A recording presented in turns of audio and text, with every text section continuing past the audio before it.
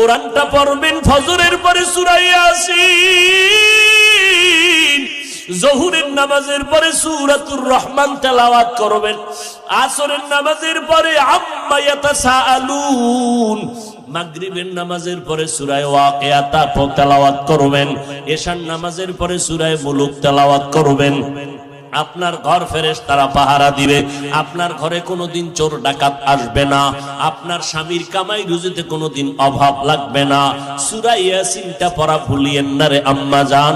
কপাল খারাপ, দুনিয়ার সব কিছুই শিখলেন, কোরআন পড়া শিখলেন না। আমি ছোটবেলার থেকে বলতেছিলাম, ভুলে গেছিলাম, আম্মা জান আমাদের গজল শিখাইতেন, আম্মা জান আমাদের কোরআন পড়া শিখাইছেন। ও পর্দার আড়ালের আম্মা জান, কেন কোরআন শিখলেন না রে মা?